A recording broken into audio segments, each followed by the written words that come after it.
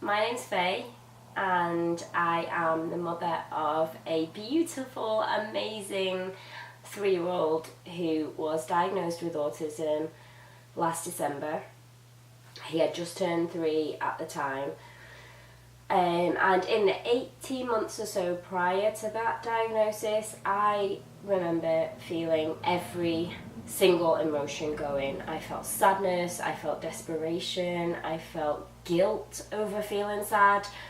I felt guilt over questioning, was this happening because of something that I'd done wrong? I felt hopeful. I felt every single emotion going. It was quite a roller coaster. And if you're on that roller coaster right now, you will absolutely be able to identify with everything that I'm saying. I am not just saying this. I would not change one single thing about that boy. Not anything. When I say I wouldn't change my son, if you're going through that emotional roller coaster, I'm not implying that if you're worrying about things and you're feeling negative emotions, that means that you want to change your child and you should feel bad about that, because that is absolutely not the case. No one has the right to tell you how to feel along this journey.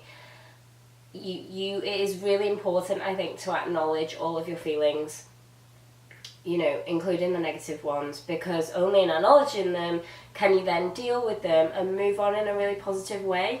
So in this video, I'm going to talk about some practical ways in which I think you can help keep a positive mindset during this crazy journey. This is a period of adjustment for you, for your family, an adjustment in your way of thinking maybe. It's just go easy on yourself, because know that emotionally you will get there. You only feel so strongly because you care so much about your child, and that makes you a great parent, regardless of what you're feeling. So there's that. I just wanted to say that.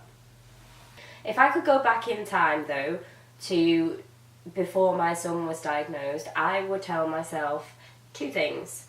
Firstly, I would tell myself to stop fearing that diagnostic label. Autism is not a dirty word. Autism is not something to fear.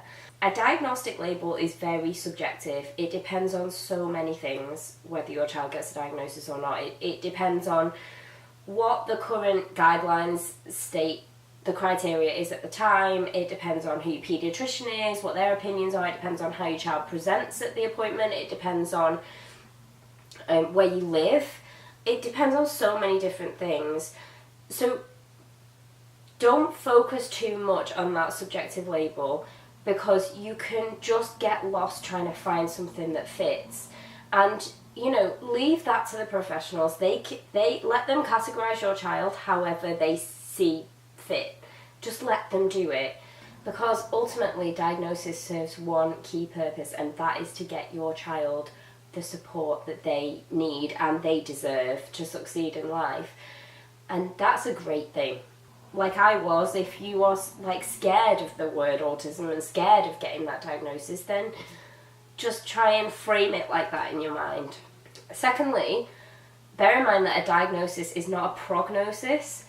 No one knows how your child is going to develop. Nobody. Not the best developmental paediatrician in the world. You might gain some additional insight into how your child's brain works, but a label will never be able to answer questions like, will they ever be able to do X, Y, Z? And take heart in the fact that your story is your story alone, and it is completely unwritten. Anyway, going back to the reason of making this video, there are 4 things that really, really helped me through the diagnosis process. Number 1 was to keep a progress and positivity diary. And when I say a diary, it doesn't have to be a physical diary. It could be a folder in your phone. Every time my son did something that showed progress, or something that was really positive, or a new skill, I would film it, or I would write it down in a memo, and I would put all those things together. And whenever I felt sad or down, I would look back on it, and it helps just to remind you, you know, all children progress, and your son or daughter is capable of so much, and they're already showing you that they can achieve and that they can progress. So keep a diary of that progress and just look at it whenever you feel despondent. Number 2 is really, really important, and that is take time for yourself and don't feel guilty for it, okay? Take it from somebody who shut everybody out and started spiraling into a really dark place, and fell well into the autism rabbit hole. You know, your child is not just an autism diagnosis, and you are not just an autism parent. It doesn't have to be hours. It can be 10 minutes a day to just go and do something that takes your mind off autism. What do you like doing? Do you like drawing? Do you like going to the gym? Do you want to just go for a walk and clear your head? Do you want to sit down with your partner and have a glass of wine and vow to talk about things other than autism for 10 minutes? Like, it doesn't matter what it is. It just needs to be something that reminds you that you are still you. The better place you are in mentally, the better you're going to be able to support your child. Number 3, use social media in a positive way, because social media can be a punch in the stomach when you're going through something like this. On the flip side, it can be the best tool ever. My tip would be to search through Instagram or, you know, Twitter, Facebook, whatever, and find accounts and forums that make you feel good. It doesn't matter really what that person, the person who's running it, or, you know, the group, it doesn't matter what situation it is or what their approach is. It just has to make you feel good. If you come away from it feeling sad or feeling jealous, or, you know, that's not the right group for you. Sometimes groups and social media accounts can make you feel more frightened for the future. Just follow those that make you feel good. If you are already following people that make you feel down, that make you feel shitty about yourself and your situation, delete them. If they are people you know in real life, and I found this with friends who had typically developing children my son's age, and it was just a constant reminder that my son wasn't doing these things. I'm not saying delete your friends, don't cut your friends out of your life, that's really important that you don't do that, but maybe like block them from your feed so you're not constantly seeing it, and then you're putting control, you're giving yourself back control. So if you want to go and find out how their child is doing, you can go on their page yourself when you feel ready, when you feel strong enough to look at these things. Number 4, find your tribe. This was the single biggest thing that helped me throughout the whole journey. Your people are out there and they're looking for you, and when you go through something like this, it feels so isolating. I know it does. I know it feels like you're the only person in the world who is going through this, and that everyone else has typically developing children. Not true. Not true at all. Your people are out there. There's people right now in your area that are going through exactly what you're going through and feeling alone. Connect with them.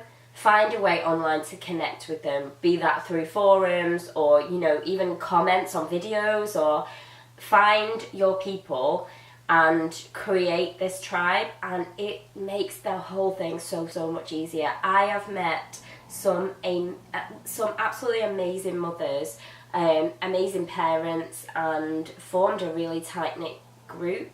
The special needs community, if you don't already know, you might already be a part of it, but if you don't already know, the special needs community contains some of the nicest people you will ever meet.